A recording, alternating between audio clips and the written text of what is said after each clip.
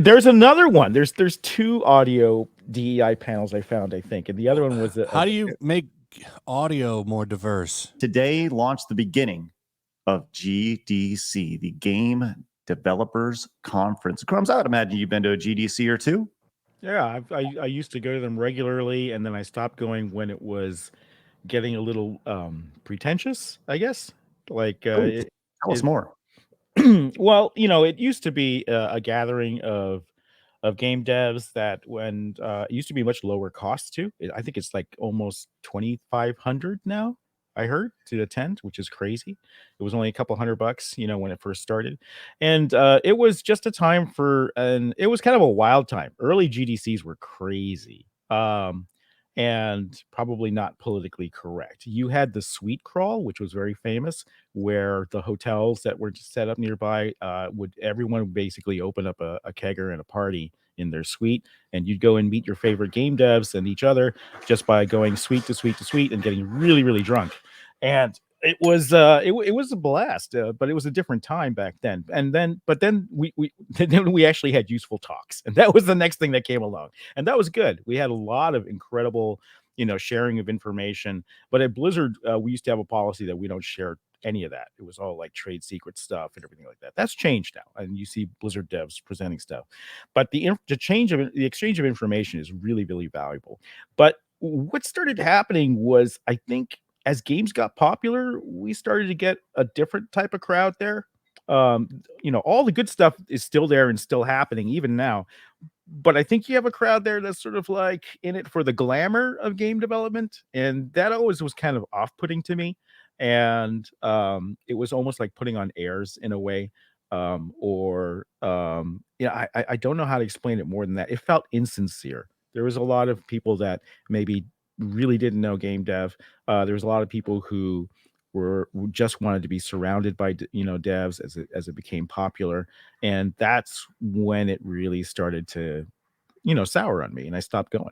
So there's almost a rock star element to it, to where people there's like groupies. It sounds like there's groupies in us. It was more than that. It's not just they're not they're attending, and they really weren't developers, but they were pretending to be developers. It was kind of like a poser type of situation, and I would say that's a minority, but it was sort of like permeating everywhere, and you started to get a lot of what I call soft talks. Soft talks are things that aren't really informative, aren't presented by people who have done true innovation in the space or have something interesting to talk about. And it's more about talking about games for the sake of talking about game development from products that weren't very successful or were very niche. And I appreciate that they get a voice and they get to talk about what they're trying to do, but it was very low information. That's what it is. This is like if you started looking at the talks, you got a much higher ratio of low information fluff talks, and the core topics were were diminishing. But I just looked at the recent GDC schedule, and I'm happy to see that there are many more core topics now. I think that there's a lot of really good info coming out of GDC now. Well, one of the good depends who you ask. One of the things that's coming out of GDC is diversity. As I'd like to thank Jeremy Wormy, and Extra Zero for sending this to me over the weekend. But if you were to go and you were to search for, like, this has been a hot topic, obviously, over the last few weeks, all the sweet baby stuff, and you've obviously been leading the charge and all that, Grums, as far as calling out the nonsense associated with this. But if you were to search diversity on the GDC session viewer over on their website, you would find that there were 42 instances of diversity being diversity-led panels. Do you think any of those are soft talks, Grums?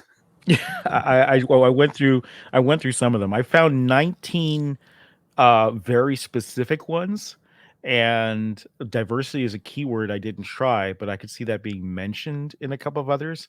But as far as some of the core 19 that I saw, a lot of those did look like fluff talks to me. And that's not to say that it's like, I think it's be careful to say, hey, don't be contrarian. I don't have a problem with diversity per se. I have a problem with tokenism. I have a problem with vindictive disruption of lore and characters, and history for the sake of promoting an agenda. These are the things I have a problem with. But if you look at what they're talking about, a lot of it is super, super fluff. And, there are some audio panels that talk about, you know, I guess, diversity and gender discrepancies in audio staff. And I'm like, is that really a topic? I'd really like to hear about what you're doing with the audio of your AAA game, not whether or not you managed to hire enough men, women, or Latinx on your team. That to me should not be a talk led by the audio team of a game that I really want to hear about. So you're telling me that diversity in game audio roundtable isn't? That's not even. There's another one. There's 2 audio DEI panels I found, I think, and the other one was how do you make audio more diverse? Do you put Melanie in there with 2.0 and ASL? 5.1 at the same time? I don't. If you click on it, you'll see the actual topic of what they cover. Black Lives Matter in the audio. Well, here it is. Oh, Yeah.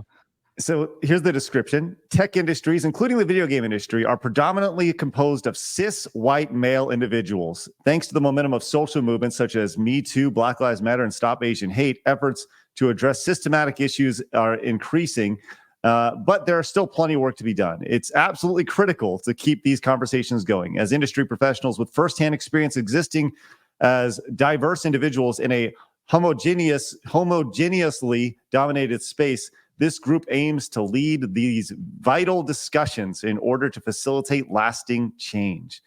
The takeaway: attendees will gain better understanding of the issue facing diverse members of the game audio field. They'll gain a heightened awareness of their own unconscious bias. So there it is, and how to mitigate them when interacting with diverse individuals. The intended audience is anyone who listened, bitch. Nah, How is this an audio panel? How is this? This is the game developers conference. This should be a panel on how to make excellent audio for games. How do you get your weapon sounds? How do you get your ambient sounds? How to create an ambiance, to immerse you in a game. This is a topic for HR. It really should have been branded an HR topic. it's absolutely amazing. And then buried. And then buried. Well, there you go. You can look for that in the more insanity this week at GDC, taking place once again in San Francisco, inside the bubble, the bubble that is San Francisco. Yeah, it's a week-long affair, and I've actually asked on Twitter any game devs attending GDC. I'd like to know, are these panels actually attended? There's 19 core ones that I found, and it looks like there's, you said, about 50 in total. And so far, I would like to know, if are game devs buying into this, because that's not what I'm hearing from my sources in the industry. So I predict these rooms are pretty small or actually kind of empty. And so that's my thesis or my theory, and I'd like to get it proven one way or the other. I do have at least one volunteer so far that says they'll let me know. But with so many panels out there, if there are more people attending GDC and would like to just note how many people were in the room, or actually send me a picture of the room, no identifying faces, please, just back of the heads is fine. And some of the ridiculous slides that we're going to see, that's always great. I love pulling slides from GDC, from DEI talks, because you get some doozies. Please send them my way at Grums on Twitter. My DMs are open. It's spectacular, really, just absolutely spectacular.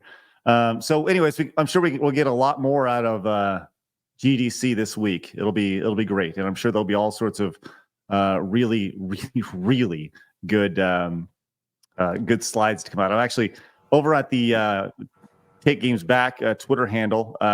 Actually posted.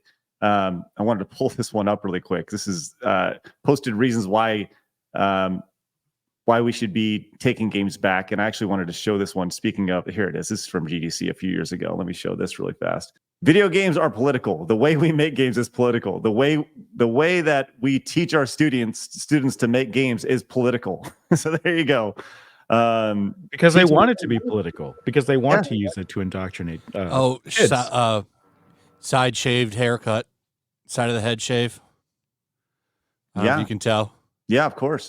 This is from GDC 2017, by the way. So This is 7 years ago. Look, I can guarantee you that with the events of the past week, and I've gotten some inside information on this too, that DEI departments in gaming companies are going nuts right now. They are absolutely going crazy, and they are all going to be meeting and talking about this at GDC. And what's happening is DEI departments are doubling down on training. They feel like they need to have more training now that this issue's come out. There's emails going out saying there's a mandatory, training seminar on this in next week after GDC. They are, and more, I think, I don't know what the word for it is, but more concerning, there we go, is the fact that Sweet Baby Inc. is not going anywhere.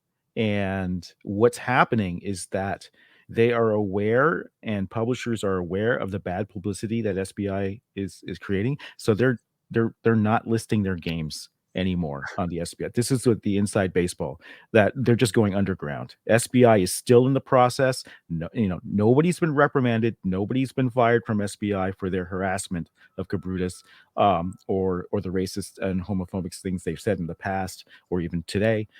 This is just going underground. And publishers are not axing SBI. They're just being very, very quiet about it. And DEI departments are taking this as an opportunity to say, "Oh, look, there's super harassment in the gaming industry." No, it was SBI. No. We're going to use this to have even more of a kind of a indoctrination lockdown in gaming studios. And I think a lot of devs, the majority of devs, just don't care, and they just want to make great games. But the studio atmosphere is really, really toxic right now in terms of that. And I think it's going to get worse as these guys and gals from DEI departments get together, and then they get together at GDC, and that's where the planning happens of what they're going to do in response. And you're going to see the industry response, I think, in a couple of weeks here.